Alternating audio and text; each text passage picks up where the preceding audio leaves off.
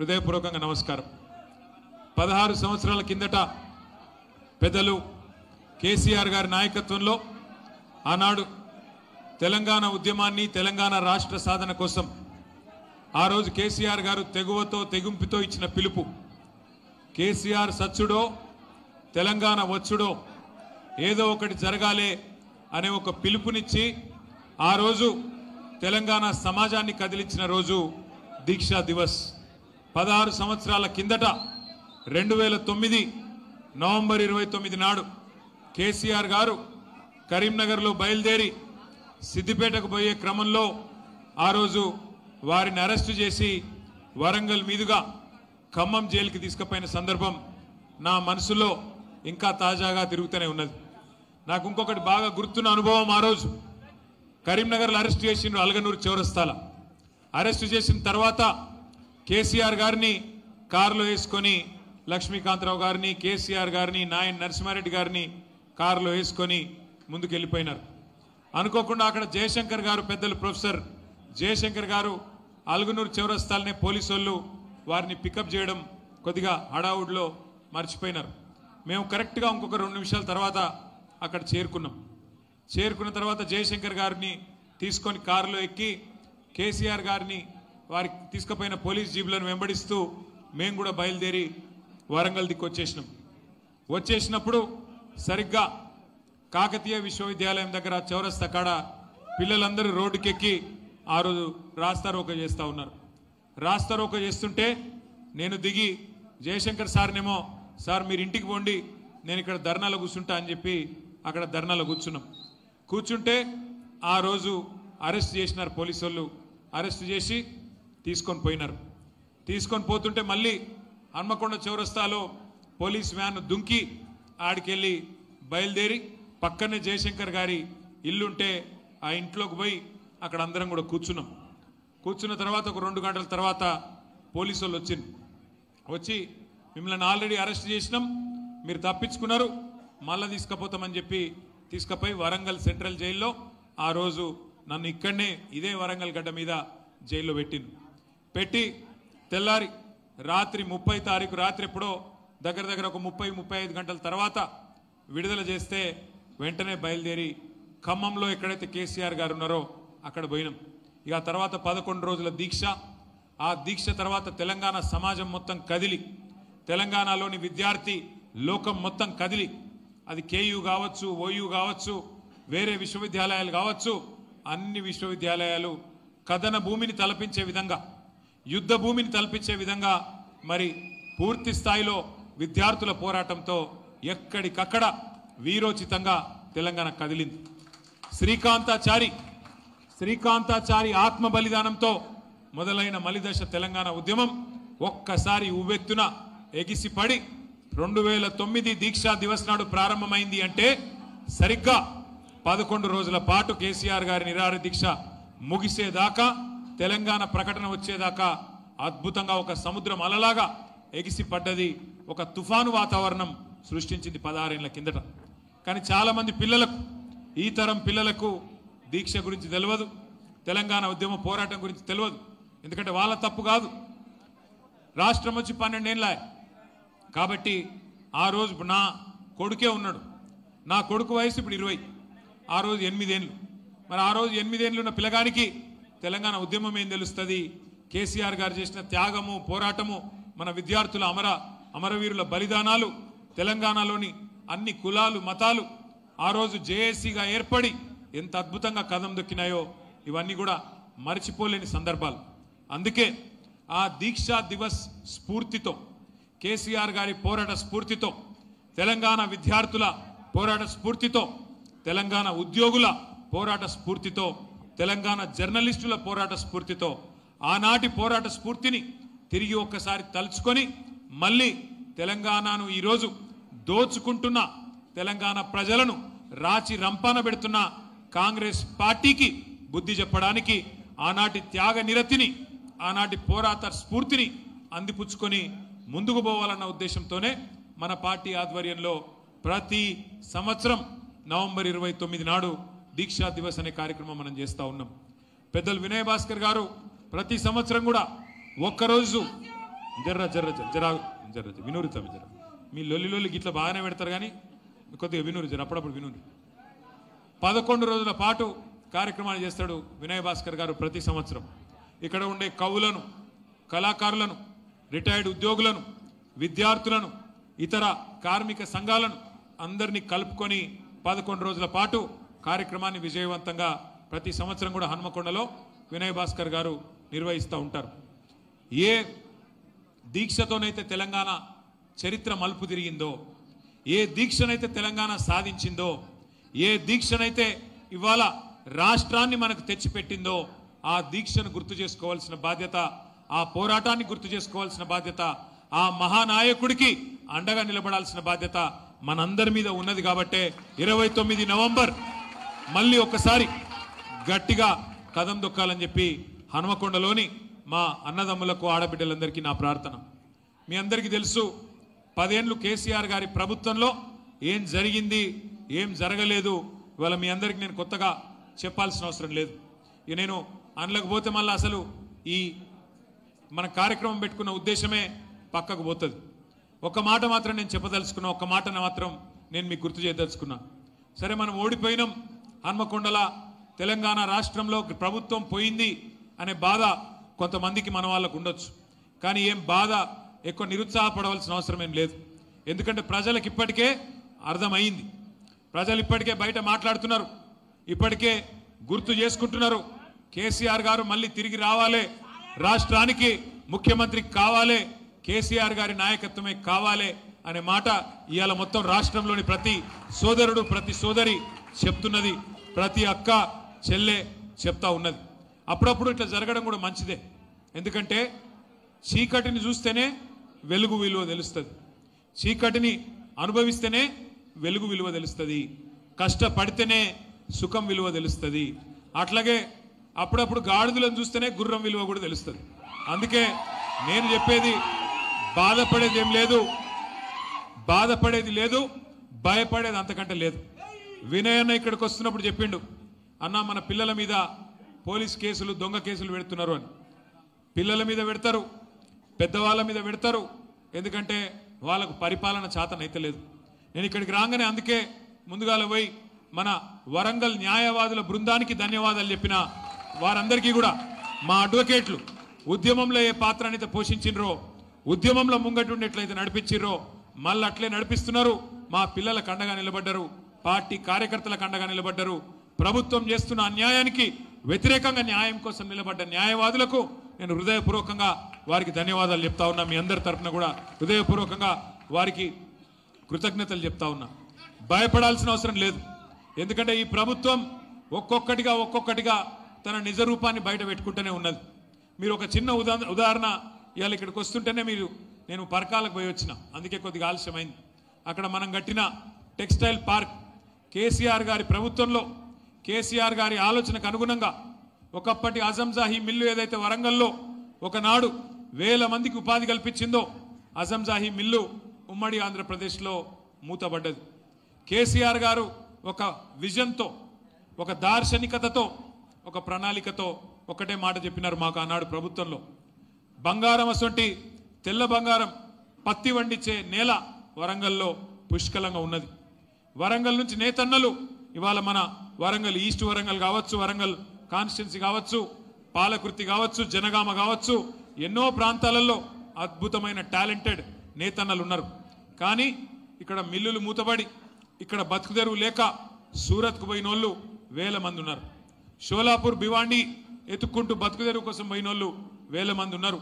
వాళ్ళందరికీ మళ్ళీ తిరిగి రావాలి, వాళ్ళందరూ మళ్ళీ వరంగల్కు రావాలి, వరంగల్ కలకల్లాడాలన్న ఉద్దేశంతో 2017 అక్టోబర్ నెలలో కేసీఆర్ గారి చేతుల మీదుగా శంకుస్థాపన చేసుకున్న కాకతీయ మెగా టెక్స్టైల్ పార్కు ఇవాళ పెద్ద ఎత్తున పరిశ్రమలు మనం తీసుకున్న ప్రయత్నంతో, మనం చేసిన ప్రయత్నంతో, మనం తీసుకున్న చొరవతోని ఇవాళ కైటెక్స్ లాంటి పరిశ్రమ, అట్లాగే యంగ్ వన్ అనే దక్షిణ కొరియాకు సంబంధించిన పరిశ్రమ, బొంబాయికి సంబంధించిన గణేష అనే సంస్థ, ఇవన్నీ కూడా వచ్చి అక్కడ పెద్ద ఎత్తున ఉపాధి ఏదైతే దొరుకుతున్నదో వాళ్ళ ఆహ్వానం మేరకు, మా ధర్మారెడ్డి గారి ఆహ్వానం మేరకు అక్కడికి పోయి చూసి వచ్చినాం.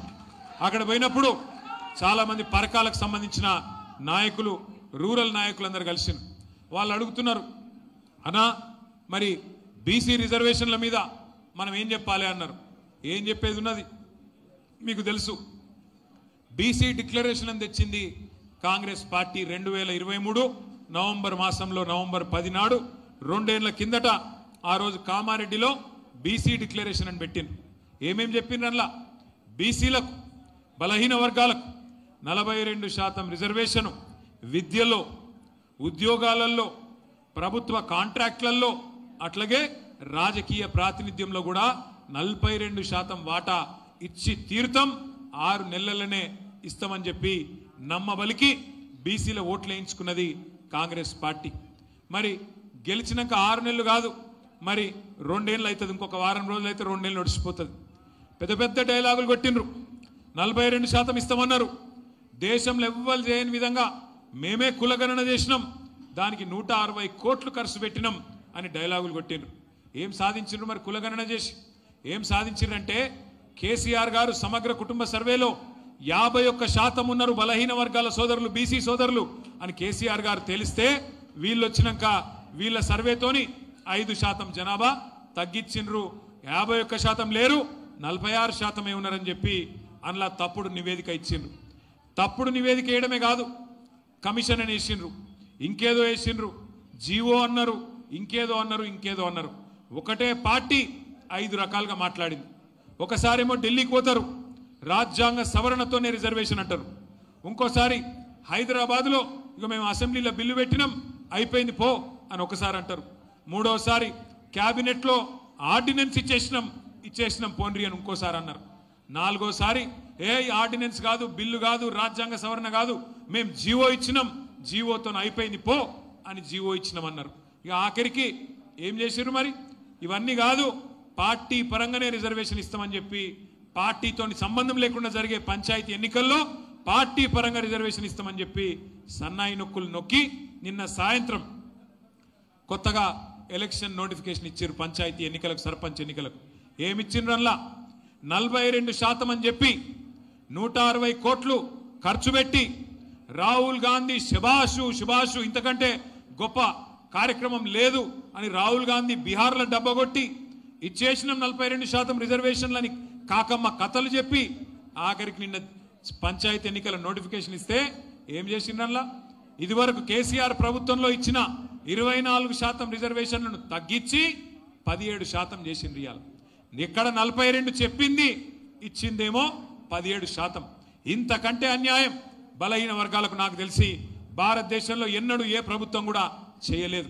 అంటే అప్పుడే తెలంగాణలో సామెత ఉంటుంది, వెనకటికి ఎవడో కొండంత రాగం తీసి ఆఖరికి గాడిది పాట వాడిండట. ఒక గట్లున్నది రేవంత్ రెడ్డి కథ. 42% రిజర్వేషన్ అని చెప్పి కేసీఆర్ అన్యాయం చేసిండని చెప్పి తప్పుడు మాటలు చెప్పి, అబద్ధాలు చెప్పి, అష్టవంకర మాటలు మాట్లాడి ఆఖరికి నిన్న నువ్వు తీసుకొచ్చిన పంచాయతీ ఎన్నికల నోటిఫికేషన్లో 17% మాత్రమే బీసీలను పరిమితం చేసిన ద్రోహి రేవంత్ రెడ్డి అనే మాట నేను మీకు గుర్తు చేస్తా ఉన్నా. ఒక్కసారి ఆలోచించండి.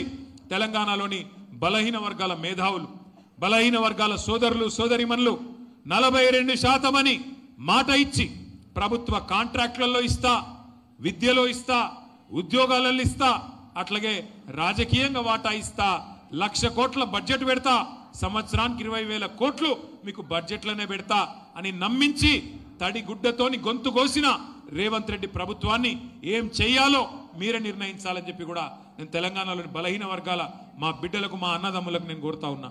అట్లాగే ఇంకొక మాట కూడా నేను విజ్ఞప్తి చేస్తా ఉన్నా. పార్టీ పరంగానే జరగదు సర్పంచ్ ఎలక్షన్. ఇలా బీ ఫారం ఇచ్చేది లేదు, కారు గుర్తుండదు, ఏ గుర్తుండదు. మరి అసొంటి ఎలక్షన్లనట సర్పంచ్ ఎన్నికల్లో ఇవాళ కొన్ని మండలాల్లో బీసీలకు రిజర్వేషన్ లేకుండా చేసిన దుర్మార్గులు ఇప్పుడే పల్లారాజేశ్వరరెడ్డి గారు చెప్తున్నారు. ఏ మండలం అది నువ్వు చెప్పింది?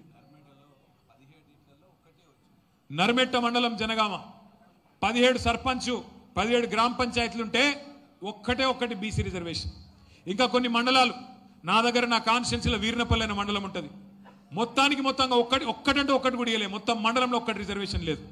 మొత్తం తెలంగాణలో చాలా మండలాల్లో బీసీ రిజర్వేషన్ లేకుండా చేసి ఇవాళ మొత్తం 32 జిల్లాలు ఉండే తెలంగాణలో 23% 24% గతంలో ఉంటే ఈరోజు దాన్ని 17%కి తగ్గించి బీసీల సంఖ్య తగ్గించి సర్వే చేసి ఇవాళ రిజర్వేషన్లు తగ్గించి సిగ్గు లేకుండా రేవంత్ రెడ్డి మాట్లాడుతున్నాడు.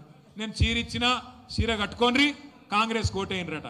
అంటే నువ్వు కోటి మందిని కోటీశ్వరులు చేస్తా అన్నది మర్చిపోవాలి, నెలకు ఇస్తానన్న 2,500 మర్చిపోవాలి, నువ్వు చేసిన మోసాలు మర్చిపోవాలి, నీ 6 గ్యారంటీలు మర్చిపోవాలి, నువ్వు ఇచ్చిన చీర కట్టుకొని నీకు ఓటేయాలని చెప్పి సిగ్గు లేకుండా ముఖ్యమంత్రి మాట్లాడుతుంటే మరి మళ్ళొక్కసారి తడిగుడ్డతోని గొంతు కోసిన కాంగ్రెస్కు బుద్ధి చెబుదామా లేదా?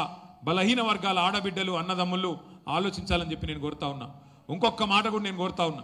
సరే కొట్లాడుతున్నాం, ప్రభుత్వం మీద అడుగడుగున నిలదీస్తున్నాం, ప్రభుత్వానికి ముచ్చెమటలు పట్టిస్తున్నాం. ముఖ్యమంత్రిని మొన్న జూబ్లీ హిల్స్ లో గల్లీ గల్లీ తిరిగేటట్టు ఉరికిచ్చినామా లేదా? మీ కళ్ళ ముంగట్నే ఉన్నది. గల్లీ గల్లీ ముఖ్యమంత్రి ఆఖరికి దిగజారిపోయి ఒక ఉప ఎన్నికల్లో వారం రోజులు తిరిగిండు. యూసుఫ్ కూడా అలా పాదయాత్ర చేసిండు. గట్లాంటి పరిస్థితి వచ్చింది. ఆఖరికి ఓట్లు ఆఖరికి కొనుక్కొని గెలిచిండు. సరే ఒక సీటు పర్వాలేదు, కానీ ఒక్కటి మాత్రం గుర్తుపెట్టుకోండి ముఖ్యమంత్రి గారు, కాంగ్రెస్ నాయకులారా, ఈ ద్రోహం ఈ మోసం ఎల్లకాలం నడవది. కేసీఆర్ గారి పోరాట స్ఫూర్తితో, కేసీఆర్ గారి నాయకత్వంలో నడిచిన మా విద్యార్థుల త్యాగ నిరతితో, మా ఉద్యోగుల చూపెట్టిన బాటలో, మా జర్నలిస్టులు చూపెట్టిన బాటలో, మా తెలంగాణ న్యాయవాదులు ఆనాడు తెలంగాణ ఉద్యమంలో చూపెట్టిన బాటలో కలిసి మళ్ళీ ఒకసారి దీక్షా దివస్ స్ఫూర్తిగా కదం తొక్కుతాం. ఏ ఓరుగల్లునైతే నువ్వు అవమానిస్తున్నావో, ఏ ఓరుగల్లుకు ప్రతీకగా ఉన్న కాకతీయ కళాతోరణాన్ని ఇవాళ తెలంగాణ రాజముద్రలకెళ్ళి నువ్వు తీసేస్తున్నావో, అదే ఓరుగల్లు నుంచే ప్రతిఘటన ప్రారంభమైతుంది. తప్పకుండా కాంగ్రెస్ పార్టీకి గోరీగట్టే దిశగా పోరాటం నడుస్తుందనే మాట కూడా నేను విజ్ఞప్తి చేస్తా ఉన్నా. ఒక బీసీలకే కాదు ఈ ప్రభుత్వం మోసం చేసింది, తెలంగాణలోని సబ్బండ వర్గాలకు మోసం చేస్తున్నది కాంగ్రెస్ ప్రభుత్వం. అందుకే మిమ్మల్ని నేను కోరేది, కేసీఆర్ గారి స్ఫూర్తిని అందిపుచ్చుకుందాం. కేసీఆర్ గారి పోరాట స్ఫూర్తిని అందిపుచ్చుకొని సర్పంచ్ ఎన్నికైతేనేమి, ఎంపీటీసీ అయితేనేమి, జెడ్పీటీసీ అయితేనేమి, ఏ ఎలక్షన్ వస్తేనేమి కలిసికట్టుగా కదం దొక్కుదాం. ఒక్కొక్క నాయకుడు, ఒక్కొక్క కార్యకర్త, ఒక్కొక్క సోదరుడు, ఒక్కొక్క సోదరి, ఒక్కొక్క కేసీఆర్ కావాలి. ఇప్పుడు మనం ఒక్కసారి యాద్ చేసుకోండి, మనం ఒక్కరోజు ఇప్పుడు ఎంత అవుతుంది? టైం 3 అవుతుందా? 3 కొడితేనే ఆకలి అవుతుందా అన్నం తినకపోతే? మరి కేసీఆర్ గారు 11 రోజులు అన్నం తినకుండా, మంచీలు తాగకుండా, మన కోసం తెలంగాణ కోసం ఒక్క పూటకే మనకు ఆగమైతే 11 రోజులు ఇలా అన్నాహారాలు మానేసి మన కోసం సావు నోట్లో తలబెట్టిన నాయకుడు కేసీఆర్. అట్లాంటి నాయకుడి నాయకత్వంలో పనిచేస్తున్న మనం అదృష్టవంతులం. అట్లాంటి నాయకుడి నాయకత్వంలో తెలంగాణ సాధించిన మన పార్టీ మనకెన్నటికైనా గర్వకారణం. సరే అధికారం ఉండొచ్చు, లేకపోవచ్చు, ఇలా జై తెలంగాణ అనని జీవితంలో అన్ననోడు ముఖ్యమంత్రి కావచ్చు, కానీ ఎన్నటికైనా చరిత్రలో మళ్ళీ ఏ పార్టీ అయితే పోరాటాన్ని చేసిందో, ఏ గులాబీ జెండానైతే తెలంగాణ సాధించిందో ఆ జెండాకుండే స్థానం, ప్రత్యేకమైన స్థానం ఎన్నటికీ ఎవడు కూడా తీసివేయలేడు. అందుకే కేసీఆర్ గారి స్ఫూర్తిగా నేను మిమ్మల్ని అందరినీ కోరేది ఒకటే, ఒక్కొక్కరు ఒక్కొక్క కేసీఆర్ కావాలి. తెలంగాణలోని కార్యక్షేత్రంలో సర్పంచ్ ఎలక్షన్ అయితేనేమి, ఎంపీటీసీ, జెడ్పీటీసీ, ఏ ఎలక్షన్ అయినా తప్పకుండా కేసీఆర్ గారు ఇచ్చిన స్ఫూర్తితో ముందుకు పోదాం, బ్రహ్మాండంగా ముందుకు నడుద్దాం. ఇంకొక 2 ఏళ్ళు పోరాటాలు తప్పవు, ఇంకొక 2 ఏళ్ళు కేసులు తప్పవు, ఇంకొక 2 ఏళ్ళు ఈ దుర్మార్గ పాలనను ఎదుర్కొనే విషయంలో తప్పకుండా పోరాటాలు తప్పవు. ఇవాళ రేవంత్ రెడ్డి ఆయన అత్త సొమ్మో ఆయన అయ్య సొమ్మో అన్నట్టు 5 లక్షల కోట్ల భూములు హైదరాబాదులో అమ్ముకొని వాళ్ళ సొంత పార్టీ వాళ్లకు, వాళ్ళ అన్నదమ్ములకు ఇలా అమ్ముకునే ప్రయత్నం చేస్తా ఉన్నాడు. ఒక అవినీతి అనకొండ లెక్క అనుముల రేవంత్ రెడ్డి ఇలా రాష్ట్రానికి పట్టిన ఒక విషపురుగులాగా తయారయ్యిండు. మరి అట్లాంటి దుర్మార్గుణ్ణి ఎదుర్కోవాలి అంటే గ్రామ గ్రామాన చైతన్యం వెళ్ళి విరవాలి. దీక్షా దివస్ స్ఫూర్తితో మనందరం కదం దొక్కాలి. దానికి సంబంధించి కూడా ప్రత్యేక కార్యాచరణ జిల్లాల వారీగా వస్తుంది, మనం విజయవంతం చేసుకోవాలి. కానీ దానికంటే ముందు నవంబర్ 29 నాడు దీక్షా దివస్ మరి మీ హనుమకొండలో కూడా పెద్ద ఎత్తున వినయ్ భాస్కర్ గారి నేతృత్వంలో జరుగుతుంది. అందరూ కూడా పాల్గొనండి, పెద్ద ఎత్తున ఆ రోజు సన్మానం చేయండి. ఆ రోజు అదేవిధంగా 11 రోజుల పాటు మీ దగ్గర కార్యక్రమాలు చేస్తారు. ఉద్యమంలో మనతో కలిసి నడిచిన వాళ్ళు, న్యాయవాదులు కావచ్చు, విద్యార్థులు కావచ్చు, జర్నలిస్టులు కావచ్చు, కవులు, కళాకారులు, ఇంకా ఇతరులు, కుల సంఘాలు అందరినీ కలుపుకొని ముందుకు నడవండి. కేవలం ఉద్యమానికి సంబంధించిన జ్ఞాపకాలను మాత్రమే నెమరు వేసుకోవడానికి, ఏ రకంగా రాష్ట్రాన్ని సాధించడమో గుర్తు తెచ్చుకోవడానికి పనికొచ్చే ఈ ఉత్కృష్టమైన సందర్భాన్ని అద్భుతంగా వాడుకోవాలని చెప్పి మనస్ఫూర్తిగా కోరుతూ, ఇప్పటికే ఆలస్యమైంది, దయచేసి ఇవ్వలేమనుకోవద్దని చెప్పి కూడా కోరుతూ, జై తెలంగాణ, కేసీఆర్ గారి నాయకత్వం.